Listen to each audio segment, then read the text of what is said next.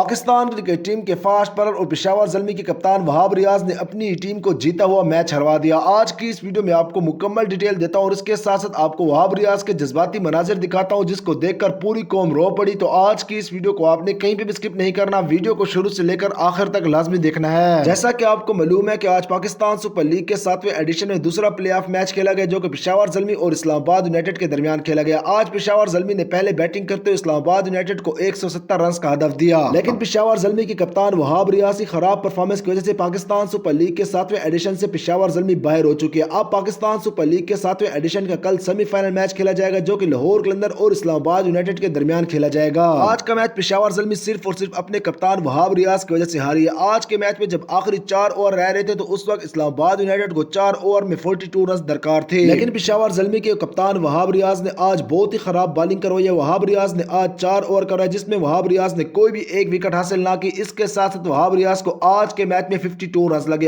آخری 2 اوور میں وہاب ریاض کو 30 رنز لگے ہیں۔ تو اب پاکستان سپر لیگ کے 7ویں ایڈیشن کا سیمی فائنل میچ کل کھیلا جائے گا جو کہ اسلام آباد یونائیٹڈ اور لاہور قلندر کے درمیان کھیلا جائے گا۔ آپ کے خیال میں پاکستان سپر لیگ کا 7واں ایڈیشن کون سی ٹیم جیتے گی؟ آپ نے اس ٹیم کا نام ہمیں کمنٹ بار میں ضرور بتانا ہے۔ اگر آپ کا جواب صحیح نکلا ہے تو حمزہ سپورٹس کی جانب سے آپ کو پاکستان سپر لیگ کا سب سے بڑا تحفہ دیا جائے گا۔ اس کے ساتھ ساتھ پاکستان سپر لیگ کے 7ویں ایڈیشن سے باہر ہونے کے بعد پاکستان کرکٹ ٹیم کے فاسٹ بالر اور پشاور زلمی کے کپتان وہاب ریاض روتے ہوئے گراؤنڈ سے باہر جا رہے تھے اور اپنی جگہ پر بیٹھ کر بھی رو رہے تھے۔ اس کے ساتھ ساتھ وہاب ریاض نے پاکستان سپر لیگ کے 7ویں ایڈیشن میں پشاور زلمی کے جتنے بھی فینز ہیں ان سب سے معذرت بھی کی ہے۔